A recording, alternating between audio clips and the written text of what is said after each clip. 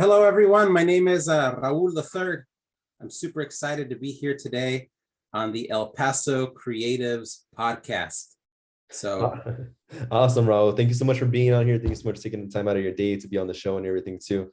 From the moment I saw your book, The Stuntboy, I was just amazed by the artwork on it. I know you illustrated it and things like that. So, like I told you before, the show reminds me of like the Captain Underpants type of thing. So that was one of my favorite books. So I'm pretty sure it's going to be an exciting book to talk about. But just get my quick introduction. Hey guys, my name is Isaac Hernandez. I'm your host for the Past Creators Podcast Show. And Raul, just so we can get started, why don't you just give everybody who's listening kind of like a quick 2-3 minute maybe background of who you are and what you do so that they kind of know a little bit about what we're talking about. yeah. So, my name is Raúl the Third. As I've already said, I was born and raised in El Paso, born in 1976, but I was raised in both cities, both El Paso and Juarez, which I'm sure you guys are pretty familiar with out there. Absolutely. If you were ever curious, you could head out to the Mercado Cuauhtemoc and meet a bunch of my family members. They have puestos there at the Mercado. But anyways, I was born in El Paso, raised in both cities, and today I am an author and an illustrator, as well as a television producer. And I have been a professional artist almost from the moment I came to the Boston area, which is where I now live. I live in Boston, Massachusetts. I've lived here since 2001. And during my time here, I have done everything from design flyers and rock and roll posters to community projects such as mural painting. I was a teacher at the Museum of Fine Arts and the SMFA for around 12 years. And today, I primarily just spend my time writing books for kids or illustrating books for kids that I co-create with my creative partners. That would be Kathy Camper, Matt Ringler, and most recently, award-winning author Jason Reynolds. And I am also in the process of turning my World of Amos book series into a television show with the amazing folks at Silvergate Media. That is awesome. That's very cool to hear. And just, my first question would kind of be, what really, I guess, got you sparked into wanting to do it? Is this something that you've always wanted to do since you were little or things like that? Like what really got you to do this from a young age? And especially coming from El Paso, how did El Paso have an influence on it? Yeah, so for as far back as I can remember, I've wanted to be an artist. I think, early on, my dad noticed that I was really good at coloring within the lines. He would buy me those paint by number back in the day, back in the 70s or 80s, early 80s. They would sell these paint by number sets, and they would have like cartoon characters on them. One that he kept, I think, had Lucy from the Peanuts gang on it. And he, for whatever reason, was super impressed that I could paint without having any of the paint leak over to the other side. And so that's crazy. I was a horrible artist. So he signed me up at a young age to art class. I don't remember taking this class, but an art class at the Museum of Art in El Paso, which at that point was on Montana Street. It wasn't the big one that's in downtown now. And the teachers there called me Little Picasso. So maybe I should readapt that nickname for myself, Little Picasso. That'd be well, looking at your work in your background, I mean, I could see a little Picasso there. Yeah, and so I mean, there was that, and you know how it goes when I think sometimes people will say, "Hey, you would be a good artist," and it sticks in your head, and you're like, "Hey, maybe I would be a good artist." And as it happened, I don't know. As a kid, I also loved cartoons. I loved watching. There was this old guy on this this guy in Juarez. It was like a Juarez cable access TV show or public TV show. His name was Nico Lico. And Nico Lico was like this this clown, but he had a wrestling mask on and a red nose and like a red derby and a glittery red suit. Yeah. And he would introduce us to like kind of like Krusty the Clown on The Simpsons. He would introduce a cartoon. And I used to love watching those cartoons. And I got into the habit of copying images from the cartoon shows onto sheets of paper. And then when I was a teenager, I'm about 12, 13 years old, I discovered the art form that convinced me that I wanted to become an artist. And I discovered it at the 7-Eleven, right on Shadow Mountain, which is where I lived. I lived in a Village 2 apartments on Shadow Mountain on the west side of El Paso. And I discovered comic books there. And I became obsessed with anything having to do with comic books, both the writing and the illustration. And I started to do what anybody who wants to become a good artist should do, is copying all of your favorite artists. And I copied them all, everything from Sam Keith to Todd McFarlane, Jim Aparo. And I knew them all by name. I knew who their inkers were. And before long, I had thousands of pages that I had copied. And I guess that's really how I started to form early on myself as an artist. And what techniques from like all those artists that you were learning from and everything, what did you really get out of, like, what's one unique thing that you got out of all of them that you kind of implemented in yourself? Well, I would say that there was today, my artwork is incredibly dynamic. It's filled with details, interesting details. And also my work, it seems to really capture the imagination of both kids and adults. People tell me that, man, I feel like your work has always existed. Like I know these characters from way back.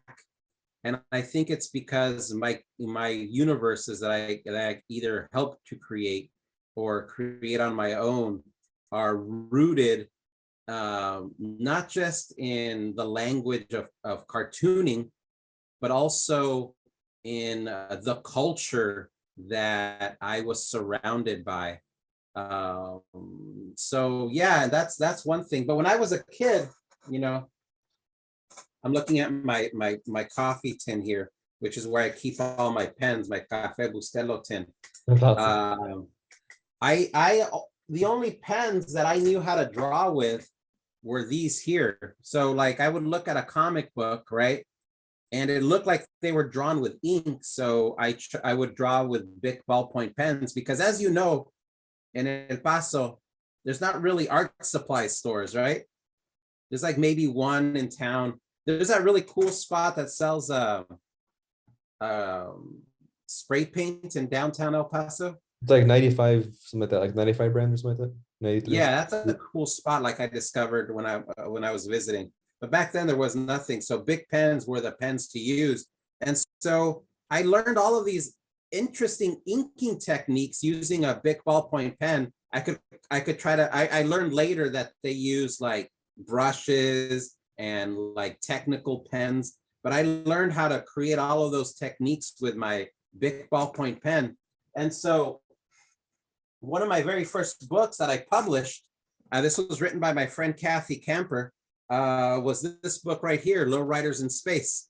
This book came out about 7 years ago. It was a Texas Blue Bonnet nominee. It was followed by Low Riders to the Center of the Earth, which was won the Pura Belpre Award. And the last one that came out was this one here, Low Riders Blast from the Past. And what's cool about these is that I drew, I'll show you one of the images from this book because I love this book. This was a fun book to draw. I drew this book using nothing but big ballpoint pens. So the entire series I illustrated it using just Bic ballpoint pens. And Wow. one of the reasons why I did that, Isaac, is because when I was a kid, you know, my parents didn't have a lot of money, and they couldn't have afforded crazy art supplies, you know. Plus, they didn't even know that there was such a thing as crazy art supplies like Right. archival paper or uh, um, India ink or sable brushes. Like that wasn't in our vocabulary.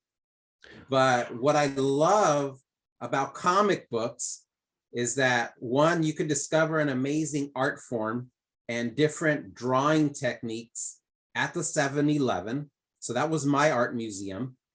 And two, you could try drawing them with a Bic ballpoint pen. And so when I decided to draw these books with a Bic ballpoint pen, I did it so that little kids, wherever I visit them, could understand that you don't need fancy schmancy art materials to become an Right. artist. That's All exactly the that other you question I was need, going to ask you. Yeah. yeah, all that you need are the materials you might already have on your desk, whether it's a Ticonderoga #2 pencil or a Bic ballpoint pen. You can start putting your ideas down on paper. Absolutely. And that I'm glad that you mentioned that, because that's something I was going to ask you. A lot of people think that they need the most like expensive tools, you know, especially like music producers. They think they need the most expensive, like, you know, mixers, things like that. Artists think they need the most expensive brush, spray paints. But in reality, look what you did with the ballpoint pen, you know? Yeah, Look at what you I drew 3 award-winning books with a Bic ballpoint pen, and it was awesome, you know, yeah. and I learned how to draw with Bic ballpoint pens. So Absolutely. Yeah. And so the other thing I kind of wanted to ask you too is, aside from like, I guess, all the materialistic stuff, I also want to talk about kind of the mental toll it takes on an artist. And so with that, I want to ask about like, how do you go about, I know probably when you were growing up, you had your support system, right? Your parents supported you, your family, everything like that. Did they ever support you and things like that with what you were doing as an artist? well, you know, it's funny because they knew that I was obsessed with drawing, but here's the thing about being an artist, especially being a person of color, growing up in the United States, right? One, when I was a kid, it's changed just a little bit since I was a kid, but there weren't all that many uh, illustrators or authors that were like me and my family out there who had become successful. And when you don't see yourself reflected in the bookshelves or on television or in the movies, in the comic books, your parents might not think that it's possible for you to become a success in that field because they don't know a tío or a tía, you know, or who has succeeded. And so while my parents were successful, they were also a little worried for me, you know, understandably so. They were worried that I was going to become like some sort of failure, you know. Right. But once I was a very stubborn young man. I will say that about myself. And I started to basically ignore like backup plans, like, oh, maybe you should have a backup plan. And I wasn't really about backup plans. I don't like them. I knew I wanted to be an artist, and I put my foot down, and I started to really take seriously how I could make a career for myself in the arts. And I remember one of the first things that I did was I got a job at a comic book store that was on Mesa Street. The name of that shop was Bills, Coins, Cards, Stamps, and Comic Books. Looking at you, Isaac, I could tell that this shop was open way before your time. Maybe, yeah. I There don't was know if a, it's open. I mean, there was a Radio Shack right next to this shop, you know, I and remember the Radio Shacks, yeah. yeah, Radio Shack is long gone now, but Bill was amazing. Bill Quarles was his name. He saw how big of a fan I was, and at the age of 15, he gave me my first job. And basically, he was a pack rat, so he had like comic books from way back, all sorts of comics, everything from superhero books to indie comics, and as well as trade magazines. So I would take these home and I would read them, and I found out as much as I could about the industry. I found out that there was such a thing as editors and different publishers.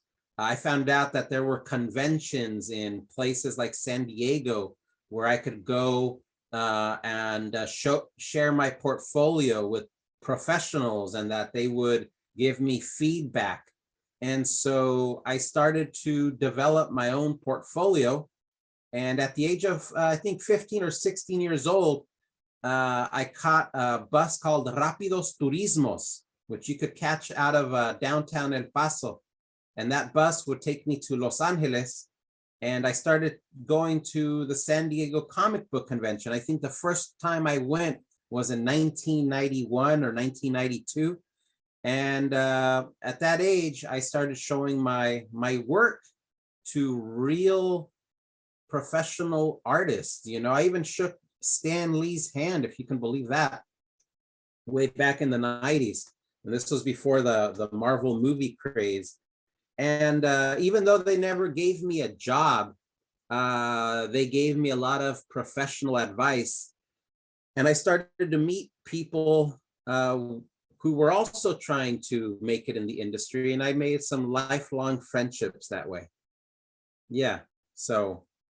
And I think that's very interesting to touch on, because you look at, you shook Stanley's hands, you've talked to all these people, you work with Jason Reynolds. Now you look back at it and you're like, you kind of have that like just moment of like, it was tough for you, right? But now you look back, what goes on in your head when you look back and you're like, where you came from and where you're at right now?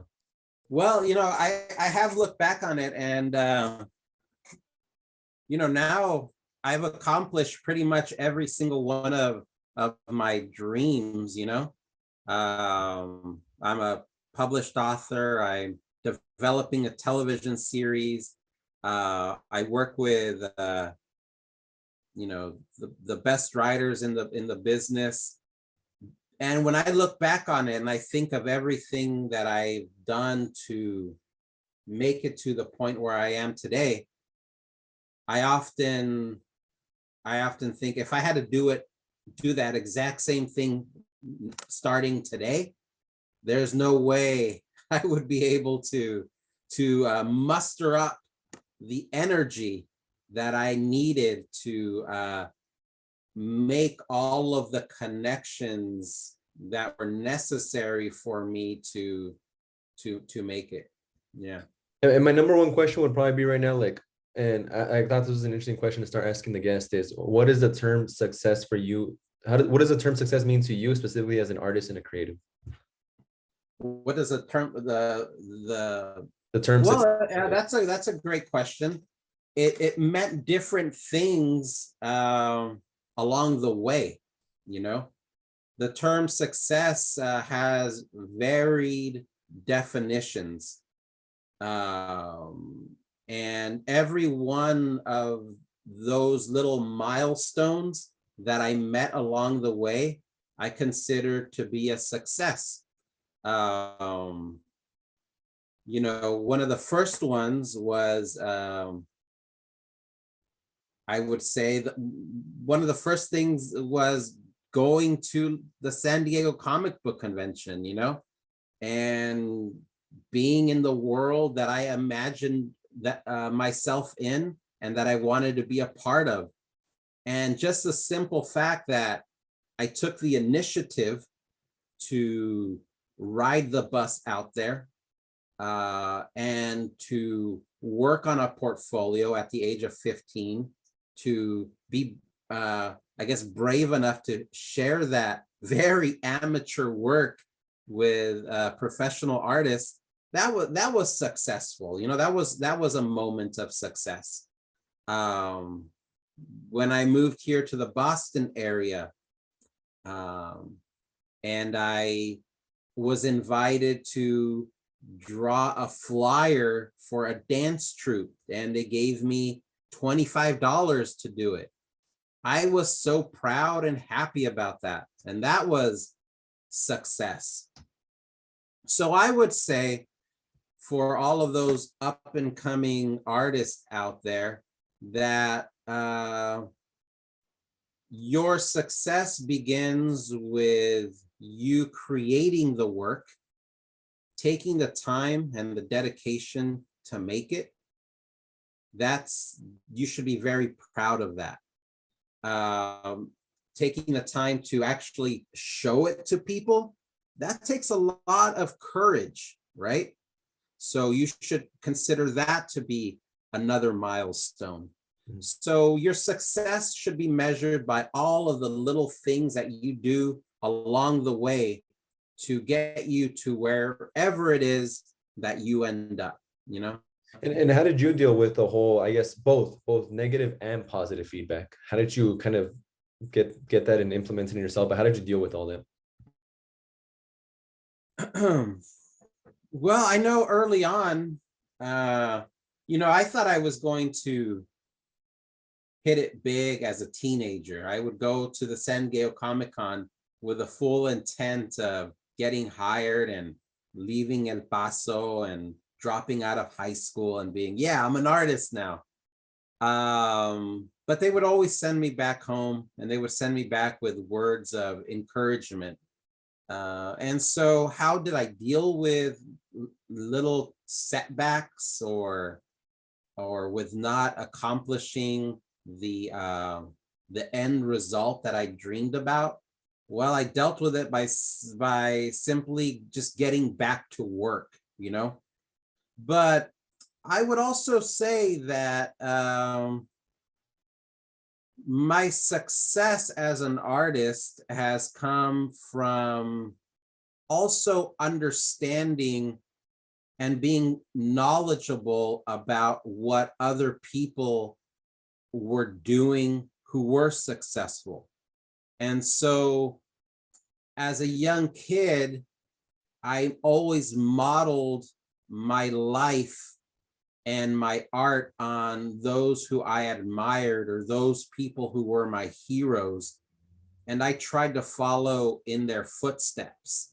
And so that included, I always knew, you know, like, oh, I need to get my art to this level, right?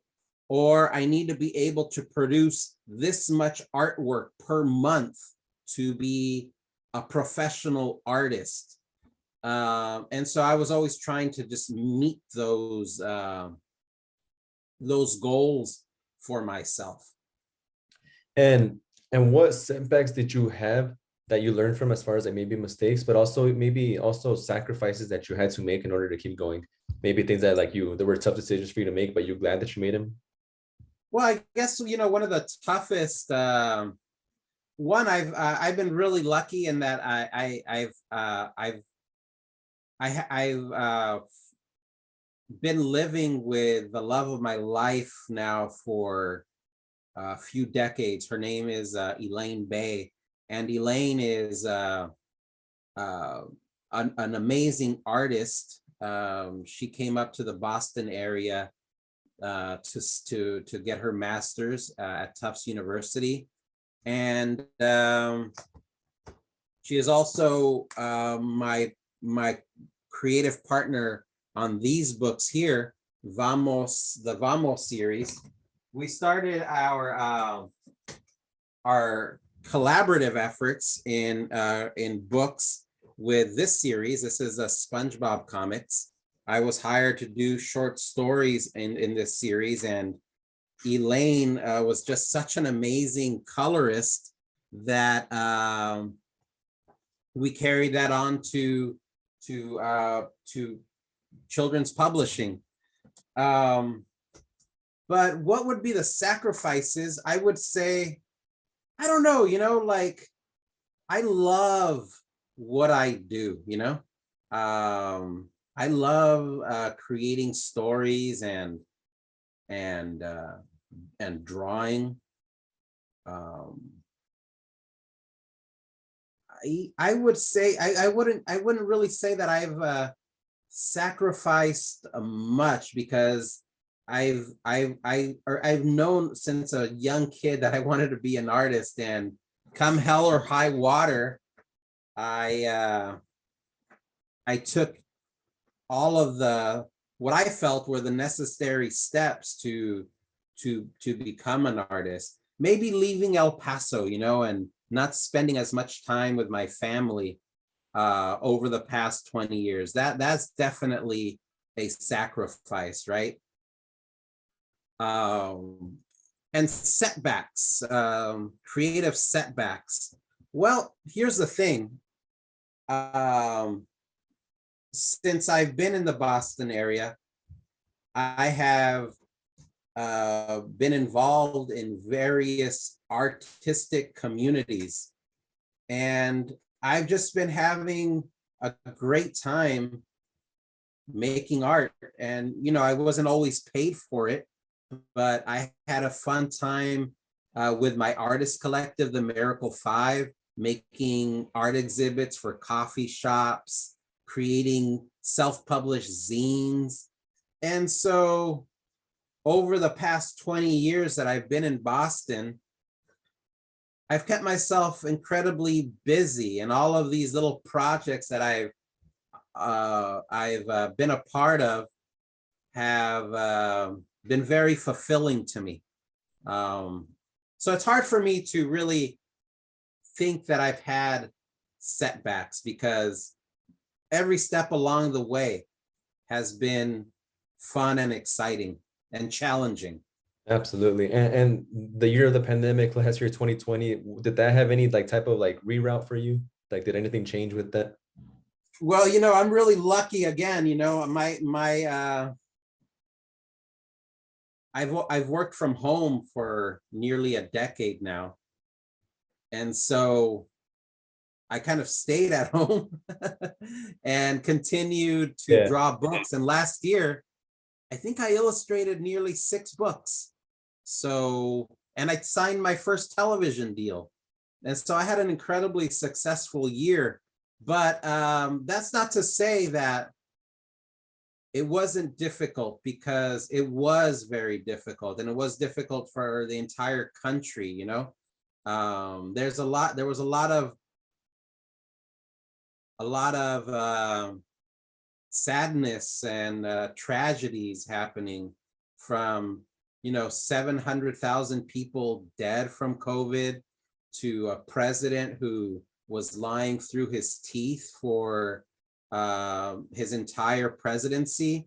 So all of that, of course, finds its way into your psyche as you're creating artwork.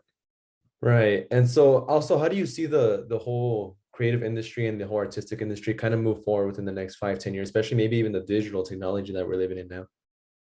That's a difficult question, because the art, what was the question? The art what? Like, where do you see the art community or the creative industry kind of move forward within the next like 5 years or so, especially like in the digital age? Yeah, that's a difficult question to ask, because there's so many different types of art communities, um and really they're all kind of separate to each other. I have focused my past 6 years on creating books. And I think currently, we're in a tough time, especially those of us who are people of color, those communities who belong to the LGBTQ communities. In books, the right wing is finding ways to pull books from these communities off of the shelf. They're censoring them. So I think that we have to be brave and continue to tell our stories, continue to write and draw stories about who we are, where we're from, and also to voice our anger in the fact that our books are being pulled from shelves in a very unjust way. So, and as far as technology, I would say that use whatever tool makes you most comfortable using. Today I was drawing this page on in a sketchbook, just having a fun time illustrating this page. But yesterday I was having a fun time designing a beer label for Aeronaut Brewing Company on my iPad. So Cool. Yeah. Technology, pen and paper, it's just a means to the end of how you're going to create your artwork. So just have a fun time making it however best makes you happy. And now let's talk about your brand new project, the Stuntboy. I want to hear everything about your vision behind that and everything and why you created it, things like that. Yeah, well, so this was a fun book. This was an incredibly fun book to illustrate. Before I start, though, I'd like to start with a book that I did as I received the call to make this book. If that's okay with you, Isaac. Yeah, of course, go for it. So I started the Vamos series. I'm going to share my screen right now. Yeah, go for it.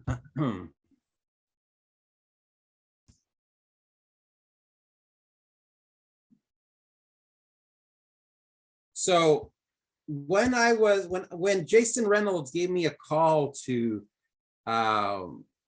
work with him on Stuntboy, I was in the process of finishing this project right here.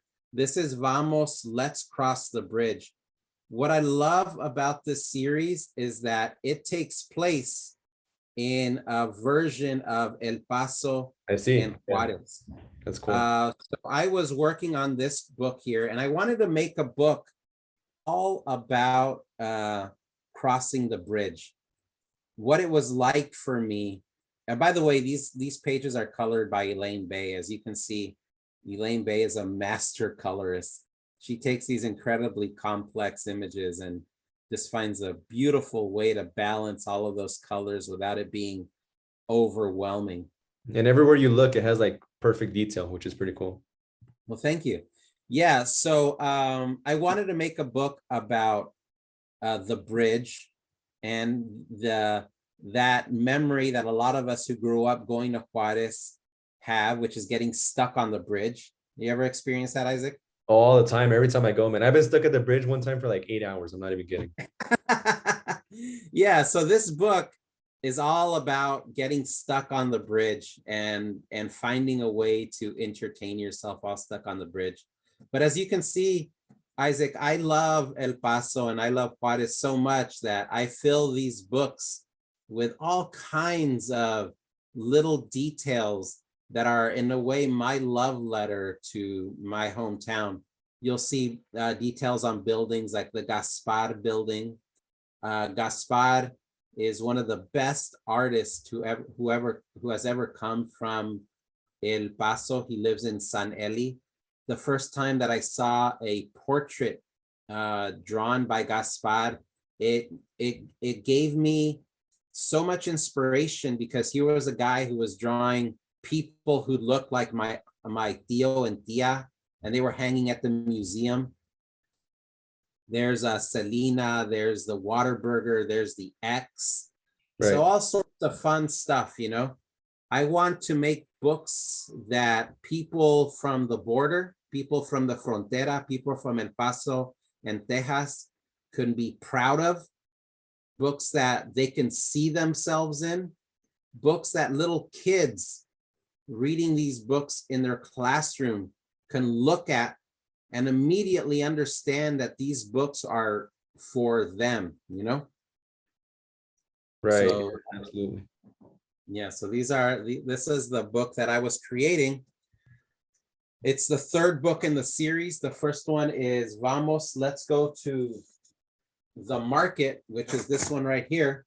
And this one is all about the Mercado Cuauhtemoc, where I grew up, because that's where my family worked. And then the second one is all about the amazing food that we eat, you know? So Vamos, Let's Go Eat is And all it is about the food. amazing food. Just to let everybody know. The food is amazing. Yeah, you know, we El Paso and Juarez, it's the birthplace of burritos. Yep. Burritos were invented there. It's also, for those of you who might walk across the bridge to go drink, it's also the place where margaritas were invented at the Kentucky. Yes. Yep. Which is pretty cool. So yeah, there's all sorts of great food and stuff like that there. I'm just amazed, like the amount of like just detail everywhere on every page, and like everything that's going on has its own little story going on inside of every page. It's amazing. It's pretty cool. Well, thank you, Isaac. It's so much fun to draw these books. I love it more than anything. I'm currently working on the fourth book in the series. It's called Vamos, Let's Go Read, and it's going to be a fun book as well. But yeah, so I was working on this series with my characters, and I get an email from Jason Reynolds, and Jason was like, "Hey, Raul, I was wondering if you could recommend to me some cartoonists, some people of color who are cartoonists who might be able to help me on this new book series that I want to get off the ground." And so I sent him a list of amazing artists. But then at the bottom of the email, I wrote, or Jason, I could draw it. And he was like, man, I didn't want to ask because I know how busy you are, but that would be awesome. But just to let you know, this is going to be a roller coaster. And I was like, well, I don't really know what that means, but you know what? I'm totally down. I want to hop on this roller coaster. Yeah. And so within about an hour, I had sent Jason this, by the way, these are pages from not finished pages. I don't know where the finished pages are, but these are samples from Stuntboy in the meantime. But within an hour, I was sending Jason concept drawings of the main characters and what I imagined the world could look like. And we were off and running. So we got in touch with our agents. We got a good contract in place. And then I found out what Jason meant by the roller coaster. I basically had to draw this entire book. You see how thick it is. I had 4 months to do the entire book from beginning to end. And is 4 months like a long time or a short time to draw like that type of book? So Isaac, I know you're not an artist, or you just told me earlier that you're a terrible artist. Is that right? I'm a horrible artist. Okay, so this is 260 pages of illustrations and three months to do all of the final art. Yes, it's a very short amount of time. It takes me, you just saw the Vamos book. It takes me about 4 months to illustrate this entire book, and this book is only 42 pages. So yeah, it was an incredibly quick turnaround. I drew this book digitally, so that was kind of interesting because I don't really do a lot of digital work, but I drew this entire book just using my computer, just to speed up the process a little bit. But yeah, this book though, it was like when I read it, I immediately knew that I had to draw it because I felt like I understood Portico's headspace. Portico is a boy who lives in an apartment building, first and foremost. This is the apartment building that he lives in. And so all of the stories contained within this book are contained within Skylight Gardens. And so all of the entire cast of characters are people that live with Portico within this building. And I immediately love that because I grew up in an apartment complex. I grew up in Village 2 apartments on Shadow Mountain Street. I lived there until I was about 12 years old. And I loved the community that existed within that apartment complex. You know, there was my friend Kenneth. There was this old lady named Cecilia who would watch us. There was Miss Stanford. There was Cesar. There was George, the super. There was all sorts of interesting people, you know. And so I love that this was set in an apartment building. Another thing that I loved were all of the cool people that lived within this apartment building. Like this guy right here, Mr. And Jason's writing, you know, when he's writing these, like, I'm going to quickly read this. And Portico knows all the characters, like Mr. who stands outside apartment 1B all day long, tying and retying and retying and retying his shoes tighter and tighter each time. He does this because he's scared he'll leave his feet somewhere. And as long as he has on shoes, he knows he's still feated, which is way better than being defeated. You know, those are people that I love, you know, those people who exist in our world who never have stories written about them, that, you know, for the most part are just passed by.